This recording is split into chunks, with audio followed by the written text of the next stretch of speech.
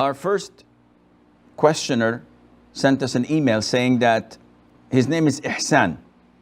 And Ihsan's question is about those who slaughter in his country. So he says the majority of people in my country are followers of a corrupt Aqeedah, who believe Allah is everywhere, that the Prophet knows, alayhi salatu wasalam, the ghaib, the unseen, the future, that the Prophet was created from light of Allah, etc. And these people are usually the one who slaughter and supply the meat in the markets. Can we eat it? If not, what to do if we cannot find a butcher with the right Aqeedah, especially on Eid when it is or there is a shortage of butchers?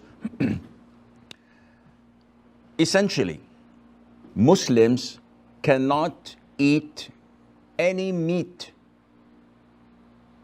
unless it is slaughtered by a Muslim, a Jew, or a Christian. This means that we cannot eat the slaughtering of, if any, Hindus, Sikh, atheists, Buddhists, etc. Only these three denominations, followers of these three religions, we can eat their slaughtering, providing that the animal itself is halal to be slaughtered and eaten. Now, having said that,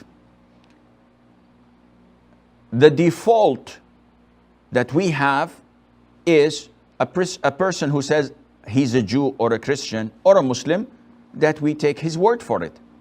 So if I go to the UK and they slaughter and the butcher is a Christian, but he doesn't go to church, and if I ask him, he says, yes, I'm Christian, about himself. In this case, whether he's practicing or not, whether he goes to church or not, he is Christian, his slaughtering is halal. Likewise, for Muslims, we were not told to investigate. So this person claims to be a Muslim. Do I have concrete proof and evidence that proves otherwise? The answer is no. But generally speaking, the people in the country, in the city, they follow this corrupt Aqeedah of... Do you have the proof that this particular individual is one of them, or he has this conviction? No, I don't. Then, as long as he's Muslim, his slaughtering is halal. It is you who make life difficult for yourself. One says, oh Sheikh, but when it comes to meat, we have to be protective. We have to be on the safe side. Yes, but come with me and visit the Sunnah of the Prophet ﷺ. A Jew woman invites him for a sheep that she slaughtered. He accepts the invitation. He eats from that sheep. He does not ask her, did she mention the name of Allah or not? He did not ask her, did you slaughter it or found it dying in your barn, or it fell from a mountain and you brought it for me? The Prophet does not investigate, because this is a default.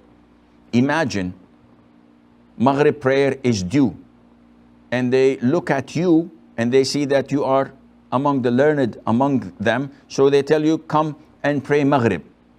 As you're saying istawu, i'tadilu, someone walks up to you and says, hey, listen, I don't know about your Aqeedah. What do you say about this and that, or this issue, or that issue? Tell me what is the translation of this ayah or of this hadith. And he gives you a multiple choice test or a quiz.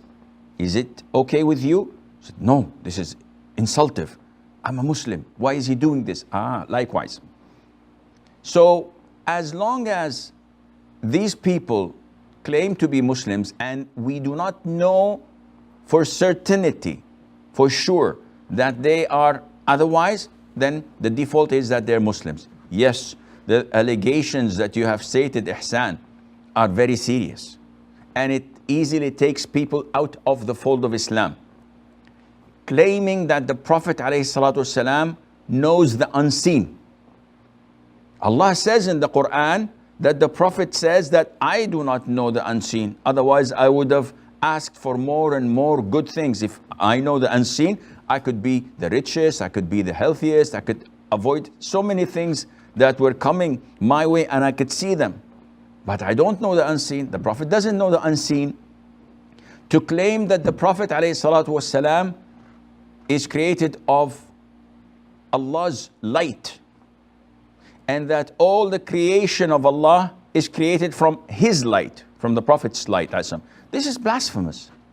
This is kufr.